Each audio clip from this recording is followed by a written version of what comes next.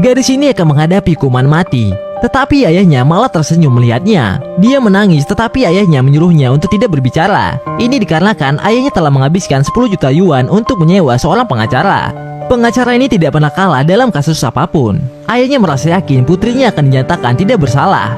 Tetapi saat persidangan hampir berakhir, sang pengacara hanya terus berkata tidak keberatan dengan tuduhan yang dilancarkan oleh jasa penuntut. Bahkan para wartawan di dekatnya tidak dapat menunggu lebih lama lagi. Sebenarnya kasus ini tidak sulit untuk diselidiki. Sang ayah adalah seorang miliarder dan setelah istrinya meninggal, dia mulai berkencan dengan seorang artis penyanyi. Tetapi wanita itu tidak berperilaku baik dan putrinya tidak tahan dengannya. Suatu hari mereka bertengkar dan di tengah kemarahan putrinya mengendarai mobil dan menabrak wanita itu. Dia hanya ingin melampiaskan rasa frustasinya. Wanita itu terjatuh dan kepalanya terbentur paku yang membuatnya langsung meninggal di tempat. Semua orang percaya bahwa putrinya itu adalah pembunuhnya. Sebelumnya bahkan pengacara itu menolak untuk menangani kasus tersebut. Tetapi ketika sang ayah akan membayar 10 juta yuan, pengacara itu setuju. Dia mengatakan bahwa dia bisa membantu menghindari hukuman mati. Tetapi putrinya tetap harus menjalani hukuman 15 tahun penjara. Sang ayah menegaskan kalau dia menginginkan pembebasan penuh, sehingga sang pengacara tidak punya pilihan selain mencari cara lain. Ketika persidangan akan segera berakhir, dia menunggu saksi terakhir yang menjadi kunci atas kasus tersebut. Pria itu adalah sopir dari ayah sang gadis. Pada malam kejadian, sang sopir berencana untuk mengantar pulang artis penyanyi itu.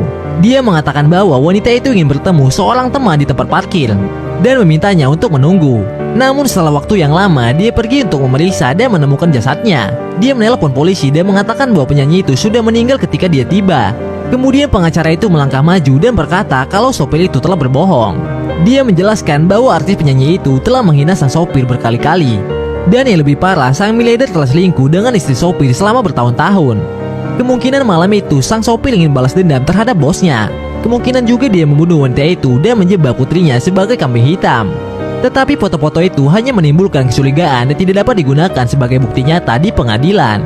Sehingga sang pengacara segera bertanya bagaimana perasaan sang sopir mengetahui miliarder itu selingkuh dengan istrinya. Sang sopir tiba-tiba menjadi marah dan merasa puas setelah membalas dendam kepada bosnya. Kemudian dia bertanya lagi, apakah kau mencengkeram kepala wanita itu dan membenturkannya ke paku. Yang mengejutkan semua orang, pengemudi itu ternyata mengakui kejahatannya, bahwa dialah pelaku pembunuhan itu.